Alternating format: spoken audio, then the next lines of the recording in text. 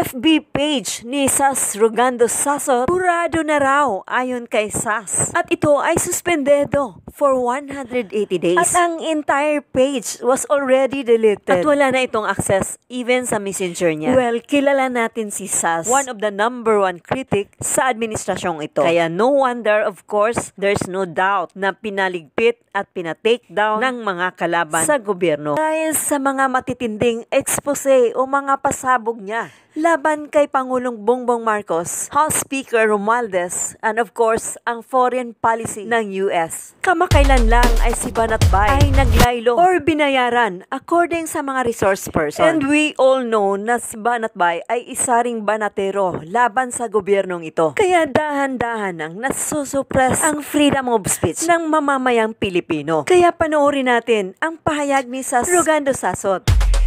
Hello everyone. Magandang tanghali po, umaga po sa inyong lahat. Ito po si Sas Rogando Sasot, ang inyong favorite American colony traitor, at hindi ko alam kung gumagana pa itong aking YouTube, pero ito lamang po ang aking pwedeng paraan upang kayo ay aking mga makausap. Sa hindi pa po nakakaalam at kakapangyari lamang ng kaganapang ito, ang aking pong Facebook ay deleted na. Hindi po ako ang nag-delete nito, kundi ako po ay nagising dahil ako ay nakatanggap ng email mula sa Facebook. Ang sabi ng Facebook ay they are deleting my account. Babasahin ko ang buong message ng Facebook. Ito ang sabi: "We suspended your account. 180 days left to appeal, or we will permanently disable your account." So, meron daw kung 180 days left to appeal ang decision. At bakit daw ito nangyari? Ang sinabi lang ay your account or activity on it doesn't follow our terms of service. Ito po. Yan lang. Pero wala po akong naging violations. Wala pong na-flag ng mga videos ko. Ang ginagawa ko lamang po ay in-expose ko po ang katiwalian sa House of Representatives. Ako lamang po ay nagsasalita laban sa foreign policy ni Bongbong Marcos. Ako lamang po ay nagpapahayag ng aking mga kaisipan tungkol sa foreign policy na alam naman nating laban sa bansang Amerika. Pero yun, ito ay deleted na. Hindi pa naman, 180 days ako mag-appeal. So nag-appeal na ako, pero wala namang nakalagay doon na pwede kang magsulat. So, most probably, they would permanently delete. Anong ibig sabihin nito? Yung iba po, ang tinatanggal lamang po ay ang kanilang Facebook page. Akin po, ang tinanggal po ay ang aking buong account. So, ibig sabihin, wala po akong access wala po akong entire access sa Facebook. Dinilit po ang aking messenger. Wala po akong messenger. Wala po akong personal account. Wala rin po ang mga pages ko. So this is the first time na ito po ay nangyari sa akin. Wala po akong violations. Wala talaga akong violations. I never received any reporting. Wala. Kasi normally makikita nyo po ang inyong violations sa Facebook. At makikita mo, wala pa akong violations. Ang huling-huli ko pong mga na-report ay last year, 2022 pa. So, early 2024, 2023, wala akong violation. And now, they deleted the entire account. So, ibig sabihin, wala. Even my messenger, no reason at all. Ang sinabi lang is your account or activity on it doesn't follow our terms of service. Pero wala pong dahilan, wala pong paliwanag kung ano yung exactly na-violate ko. So, ibig sabihin po mga kababayan, within 180 days, may mangyayaring malaki sa Pilipinas. So, either geopolitics yan, local politics, or whatever, at ako po ang kanilang unang tinarget. Bakit? Kayo na lang po mag-isip.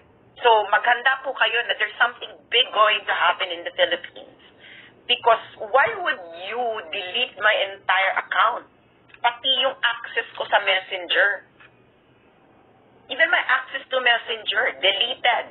As in, my entire account on Facebook got deleted. Natatakot ba kayo? Na, ano namang ginawa ko in the past few months? I actually exposed the liquidation by certification na walang resibo ng Kongreso ng bilyong-bilyong pera ng mga Pilipino na ginagastos ng Kongreso na hindi nila nire-resibuhan. That's what I've been doing in the past few months. And of course, I have foreign policy views na hindi na ayaw marinig ng gobyerno ng Amerika at ng Pilipinas. Those are the only things. Sila yung natatamaan. So, mamili na lang kayo kung sino ang naging dahilan, ang nagsabi sa Facebook na tanggalin ang account ko. Ayan. This just happened now, January 2. So, there is something big going to happen in the Philippines. At tanungin nyo na lang yung mga sarili nyo kung bakit ako yung tinarget nila. Well, yung isang account ni Maharlika, hindi niya account eh. It's just the Facebook page. Yung Maharlika Boljakera. Hindi yung Maharlika Boljakera, yung Maharlika, it was deleted. Yung kay Banat ba, yun din. Tapos ako, mas malala kasi yung akin, mga friends, okay? Mas malala yung ginawa nila sa akin. Ginawa nila sa akin today, January 2, 2024, buenas na bagong taon, my entire Facebook was deleted, removed, okay? With no explanation, except sabi lang nila, my account or activity on it doesn't follow our terms of service, even though wala silang explanation, even though na wala akong naging violations. Wala. So, tanungin ninyo ang mga sarili ninyo, anong nangyayari sa Philippines? What is exactly happening in the Philippines? Why they needed to remove my entire account on Facebook? Hindi ito nangyari sa kahit sinumang kritiko ni Duterte, yung panahon niya. Nakita niyo ba yung account ng mga kritiko niya, the entire account was removed? No, this only happened at the time of Bongbong Marcos. So they removed my entire account. Why? Anong mangyayari ngayong 2024?